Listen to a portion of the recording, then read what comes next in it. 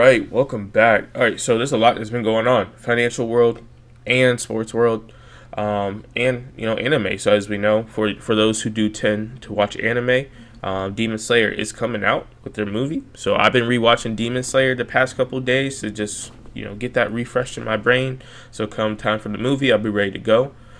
For sports, NBA's been crazy. KD just got traded over to the Rockets in a 17 deal, so it's going to be him and Capella over at the Rockets. I like the move for the Rockets because realistically, Rockets were only one piece away from continuing their run in the playoffs. And you get a piece like KD. I think that's a guy. Obviously, we know what KD can do. He's an all-time great. If you need a clutch bucket in the playoffs, you're going to have KD on your side. You're going to be in pretty good shape. So I'm interested to see how they go. The West, man, I think the top three next year might be, the way it's looking on paper, it really might be OKC, Houston, and Denver. Denver had a really good offseason, signing, depth with what they really needed, getting Cam Johnson for MPJ. I thought that was a really good move for Denver to get someone who actually fits within the system and who could defend a little better than what MPJ is. So you're not really losing that shooting ability because Johnson, he got a clip too. Johnson, that man can go get you 30 just straightly off threes if he wanted to. So it's going to be real interesting to see. For Miami, obviously they don't want to say it without saying it's a rebuild year, especially if they do sign. Whether they sign Dame, Dame's not playing this year. He's not playing the upcoming season. So whether if they do re-sign Dame, sign Dame, it's still a reset year essentially. The youth movement, when does Pat Riley ever go towards a youth movement, right? So it's just we're in odd times for Miami fans. I think it's just going to be a long ride. Seeing reports saying that if you really want to improve this team, get assets. Look to trade Bam, look to trade Hero. I get it. I really wouldn't want to move off of Bam. Just what he brings to the team, what he brings to the court, and what they talk about, his impact to the community in Miami. I really don't want to get rid of Bam. I don't want to get rid of Hero either. But then again, Hero's one of those guys who can go out, can get you 25, but get cooked on defense as well.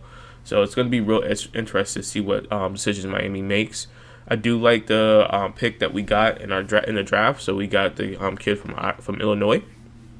6'5", 200 something pounds, point guard. He averaged like 14, 4 and 5 in college. A lot of turnovers, can't really shoot the three, but they have a whole summer to work with him, with professional trainers and things like that.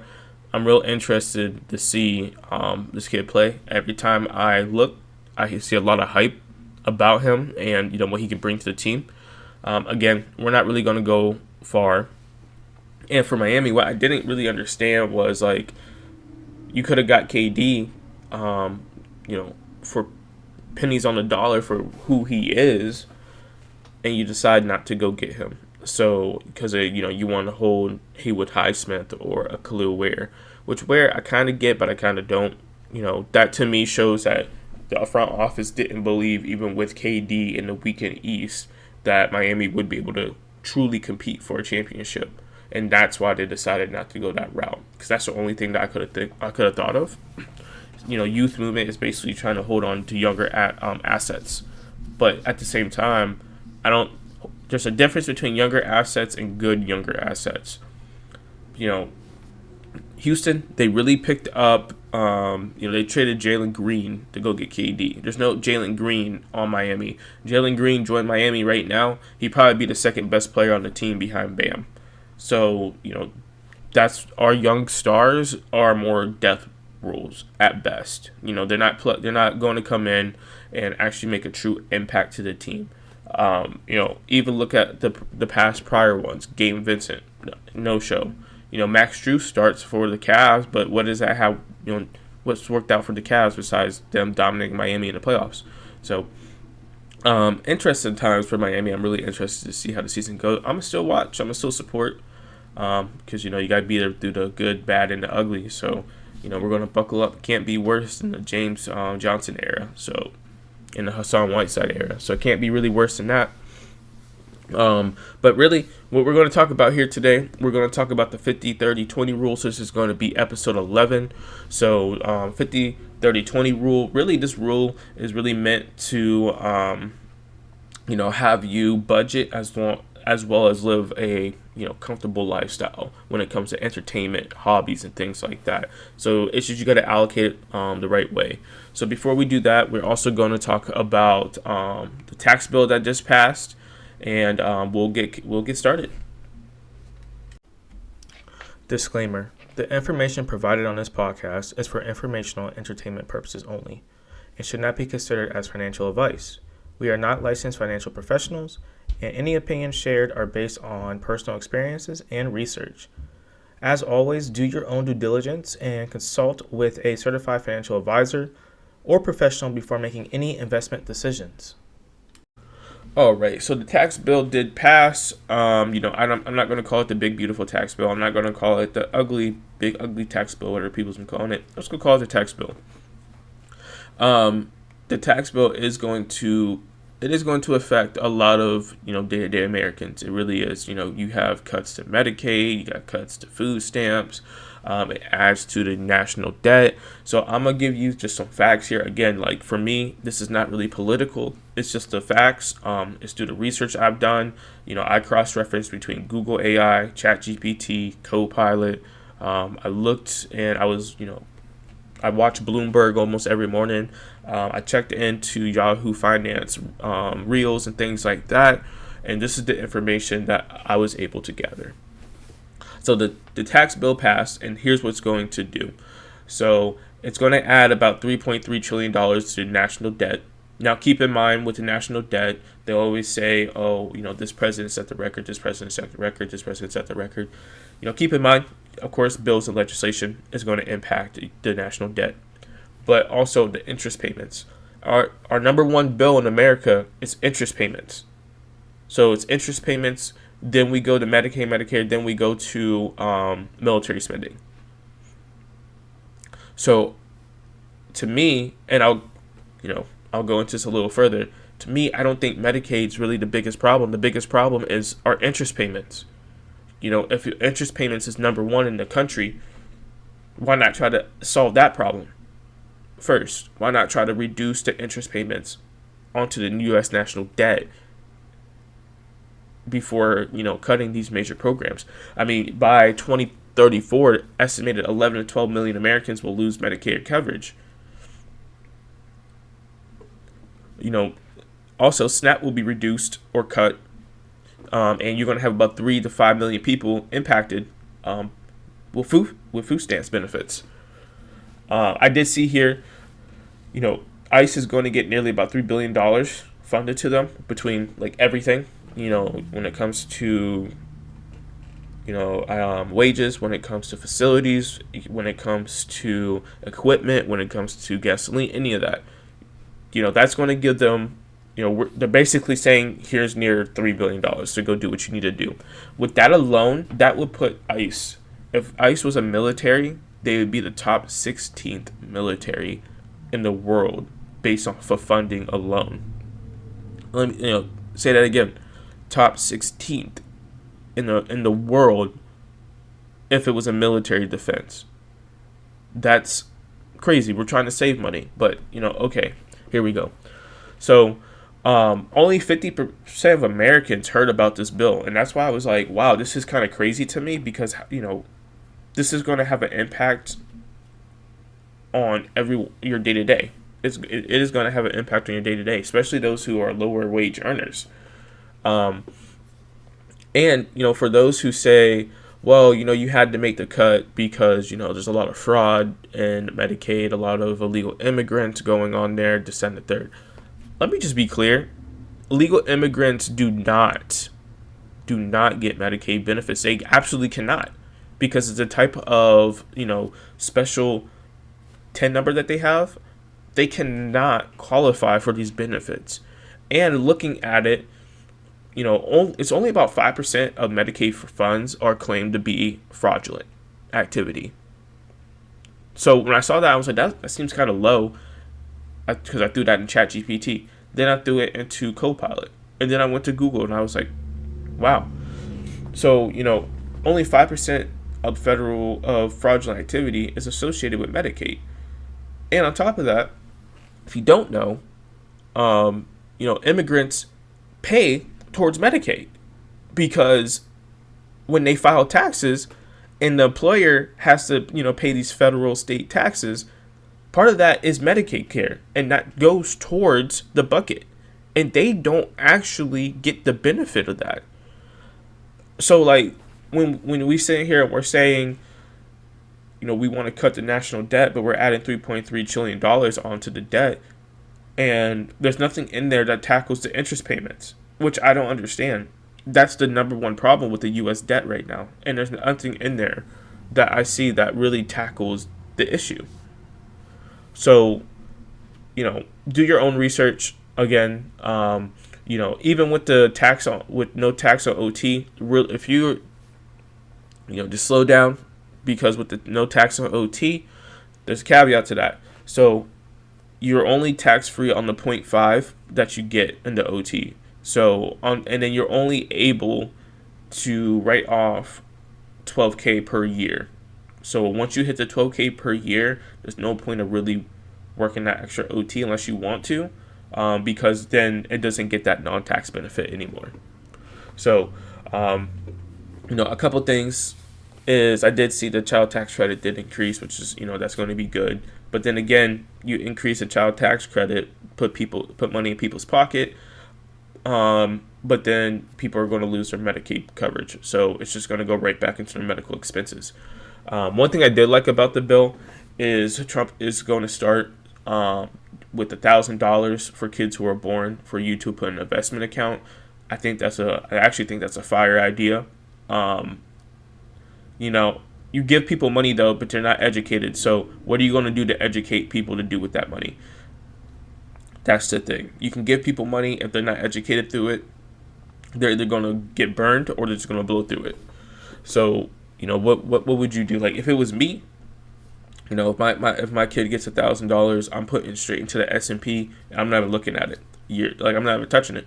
I'm just going to let it go straight into the S&P and let it just build over time, because that's a money changer. You got to think, your kid probably won't touch this until they're 18 at least. So you have 18 years of compounding interest growing for your child.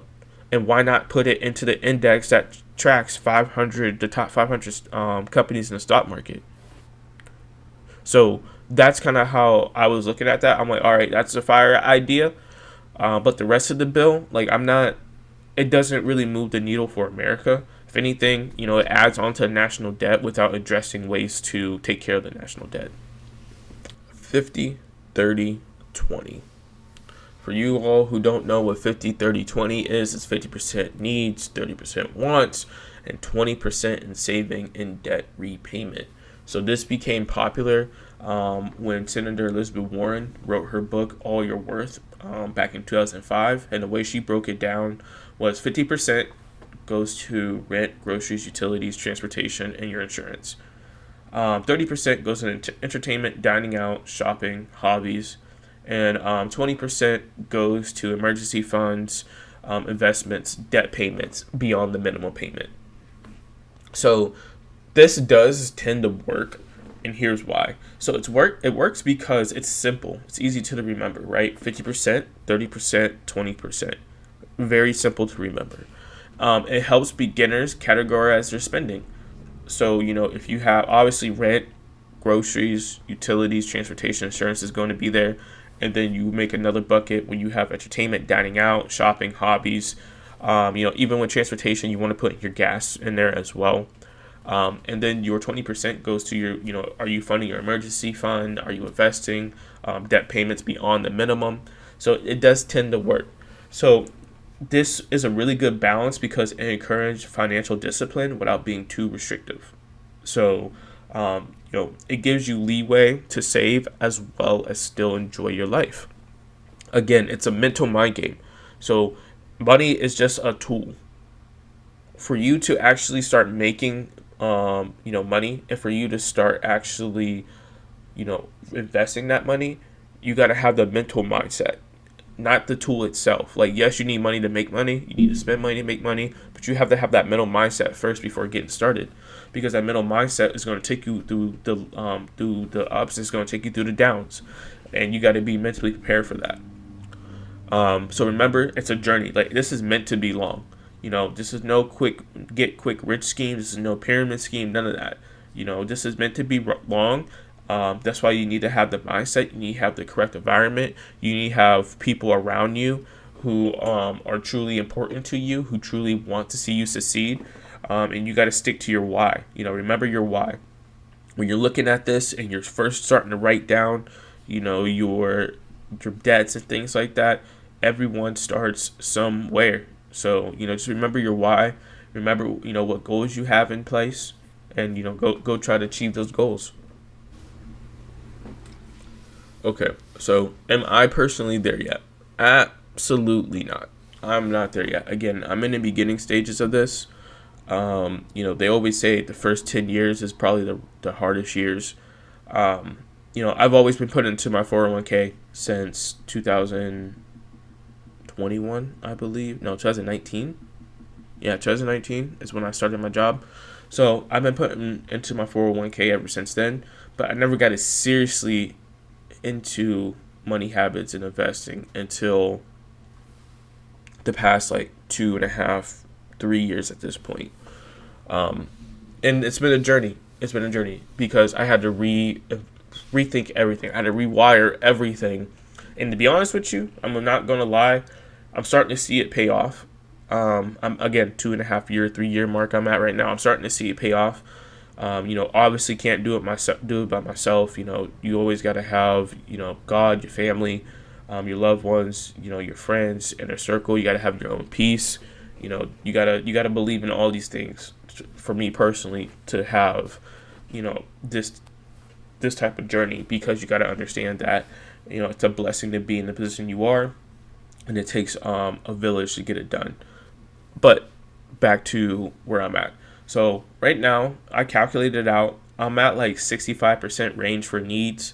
Again, I just went money happy when I was early 20s. So almost done paying that off. Again, I just need a couple more years to get that taken care of. 7% of wants. So I'm down to 7%. I really don't do a whole bunch right now. I do it on purpose. I understood this year I would have had to really dial back in order to catch up with my plan. Because last year I had a really good year, but I was still really behind on my plan and where I wanted to be. So I understood this year was going to be one of those years where it's going to be really frugal living. I still went out, I still go out to eat, I still go golf. But a lot of things I do, I do the podcast, besides paying for the equipment that's free. We do the candles, where that's essentially now paying for itself. So that's not really money coming out of my pocket anymore to help, with the candles. I play, basketball. I go hoop on Fridays. I already have my shoes. I don't have to pay to go. That's free. These are things that I enjoy, and we spend time outside and with the family and things like that. So I understood that 7% is really low, but that's where I wanted it, because then I was able to put 28% into saving and investing. So obviously I get my 401k, that's 7%, the match with that. If you want to match it, 14. When we do these calculations, I don't really match it. I don't add the match because that's my employer putting in, and the silly me. So I start there, and then I also I'll probably put about, say, $100 or so right now into Fidelity. Again, you see my last video on fractional shares. I did that because it really truly does help, and I am seeing my portfolio start to rise. And I'm just putting a little bit at the time for the time being. And then I'm really snowballing my debt as well. So I'm putting about $550 a month, maybe a little bit more than that. It all depends on how the month ranges into snowballing my debt. So, my game plan again is to get closer, but right now this is where I am. Next year, when I'm able to pay some things off, then I'm able to reallocate. Obviously, I already got my saving and investing. I do want to pump that up some more because, I still want to put in the IRA. I still want to put in, money into the stock market. I still want to, fund and match my 401k. So there's still things that I want to do in investing in. So, investing and saving. And I still want to finish fully building my emergency fund as well. So, again, my estimation, 3 years, if I'm able to stick to my plan. And that's where essentially I'll be. So I'll be about like 30 at that time range. And I think that's a great way to start off the 30s. All right, so again, you heard me through the video, the path of getting there. How do we get to 50, 30, 20? And that may not be the ratio for you. As long as you're putting something aside, that's completely fine. You see people on YouTube saying, "Oh, get rich here, how I went from 0 to 1 million, how I did this, how I did that," which is probably a lot of it is probably true. But there's a lot of false information out there as well, because a lot of things people don't tell you is the mental game of this. And they don't tell you that you need to be mentally strong and able to have this. Because imagine waking up one day, you check your portfolio, and it's just tanking. Your 401k is just tanking. People were ripping money out their 401ks earlier this year when we were going into the recession, when the market dipped. That just cost them thousands, if not thousands of dollars. Because you have to understand, the money's sitting in there. You're either up or you're down, but you're not at a loss just quite yet. Your portfolio is in the red, but you're only at a loss until you sell. So people panic. They sell when they're at a loss, a massive loss. And on top of that, what you gain, you still have to pay taxes on. And you still have to pay their early withdrawal penalty. So not only are you taking a loss of thousands of potential dollars, you're paying taxes on it, and you're paying fees on it to get your money out. It doesn't really make sense to me when you put the math together. You need to have a budget because every dollar needs to have a job. Every dollar needs to have a job. So if you can't figure this out, it's okay to talk to a financial advisor if necessary to help you map out a plan that works best for you. Again, it's a mental thing. So whatever you can mentally handle, that's what you want to do. And then start small. And then once you start small, keep add. And over time, it's just going to become second nature. You just have to get started. All right. So as I wrap this up again, mindset and flexibility, those are going to be your two main components when you start out. And as you continue your journey. So, you hear me give examples throughout the video on why, if you do decide to panic or you're not mentally prepared, the impact and damage it can have.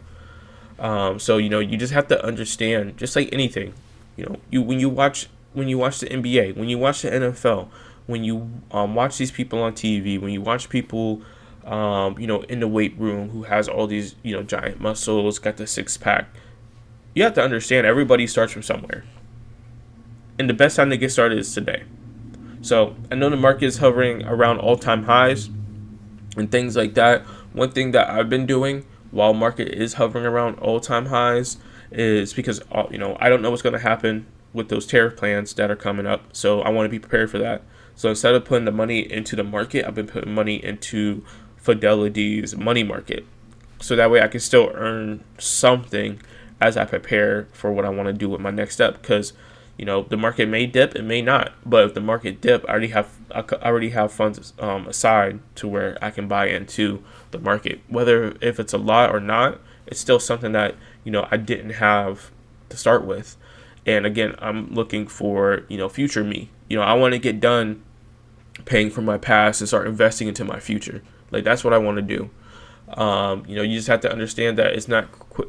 Nothing is get rich quick. Excuse me. I mean, there's some people who luck out, but that's just, that's not most people. That's just a very small percentage of people. Time is your best friend. So while you're young, get in, do your research. Like, do the research of the potential dollars you can make in your 20s, your 30s, and your 40s. That's the homework that I want you to do. What is the potential of my dollar if I'm 20? What's the potential of my dollar if I'm 25, 30, 35, 40, 45, and so on? and then you'll understand the impact that time has and why compounding is your best friend. So that's all for me today. So make sure that you guys, like, share, and subscribe. Again, thank you all for the continuous love. As you know, I start this podcast as I continue going on through my journey. We're in this together. I had a lot of people even reach out to me, saying, the information I'm providing is really good, and that drives me to do more, because there's a lot of times where you're like, I got this to do today, I got that to do today. And then there's always that one person that's like, hey, like, keep it up. And you're like, you're right. So I need to get to it. Again, it's mental, it's mindset, it's draining, it's tiring. But at the end of the day, something that, I'm truly passionate about, something that I want to do. And I want everyone to enjoy their future. So, I don't want my inner circle to be working until they're 60, 70, and things like that. So, I want everyone to understand that you don't have to stay in the rat race. It's okay to have a 9 to 5, but, at some point you need to really, enjoy your life. You need to enjoy all the hard work you put in to get where you're at. And that's what I'm chasing. So,